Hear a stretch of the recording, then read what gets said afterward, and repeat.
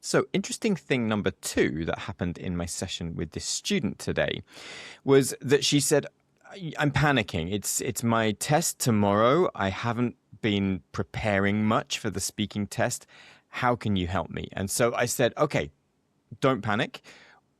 Which part of the speaking test are you having the most trouble with? And she said, it's part two. And as you probably know, part two is where the examiner gives you a topic. You have 1 minute to prepare and then 2 minutes to talk about it, right?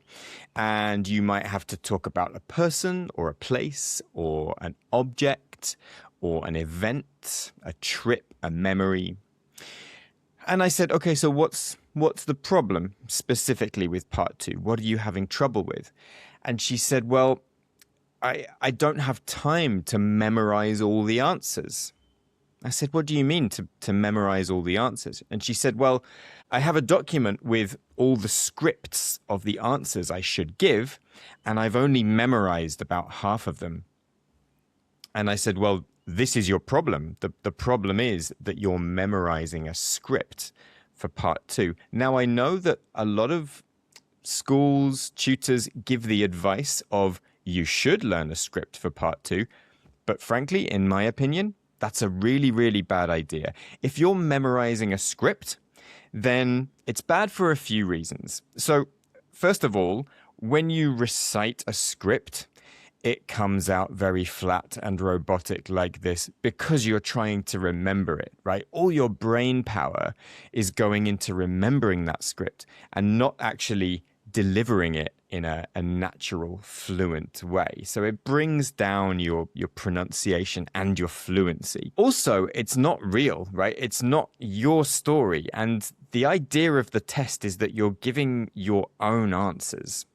Now, obviously, you don't have to. The examiner doesn't know if you're telling the truth or not. But it's much easier to talk about something that's real, something that's true, than it is to talk about something that is scripted and is not your story. Much, much easier to talk about something that happened to you. So I explained this to her, and she said, well, but I don't know the answers to part two. I don't have things to talk about.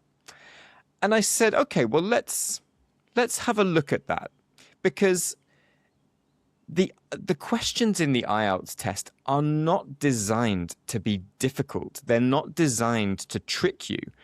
They're designed to be easily accessible to everybody, right? The IELTS test is done in countries all around the world with all different people of all different ages and cultures.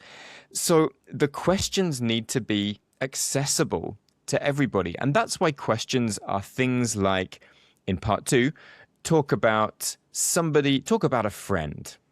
Right? That's a common question in part two. Or talk about a trip that you went on. Or talk about an object that's important for you. Or a book that you read. So these are all things that we can probably all talk about. We've probably all read a book at some point in our lives, whether it was for study or for leisure, whether it was when we were a child or recently, or we've all seen a movie, or we all have a friend we can talk about, or we all have an object that we can talk about. Now, the idea of who you're going to talk about in the test, or what object, or a piece of advice that somebody gave you, okay, that can be difficult to think about in the moment in the IELTS test. You're under pressure, you've only got 1 minute, your heart's racing. Of course, you might find it difficult to think about a piece of advice that someone gave you in that moment. But this is where your test preparation comes in, right? Now, I'm not saying memorize a script about that.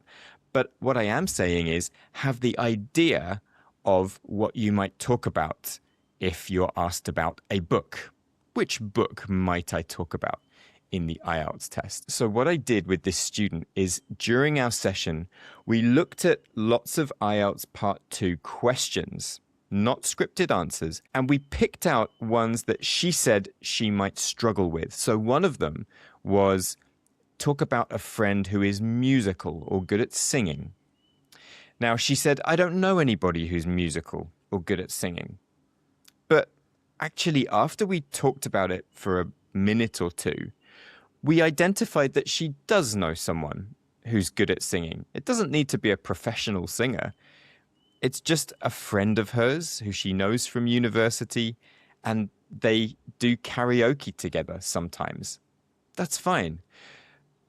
And after we'd looked at a few questions, she realized that she already has the answers for these part two questions. She just needs to have the idea and then be able to talk about it. And so that's what we did. We picked out a few questions. We identified what she might talk about or who she might talk about. And we ran through a few part two practice tests. And she was speaking fluently. She wasn't having to deliver this memorized script. And suddenly it took all this work away from her of having to memorize, I don't know, 30, 40, 50 different scripts. You don't need to do that. You probably already know the answers to the questions in the IELTS test. You just need to do a little bit of thinking beforehand about what you're going to talk about. If you're struggling with this or other parts of the test, I can help you to find the answers that you already know and develop these into the kind of answers you could give in the test. My link's in the bio. I hope this helps.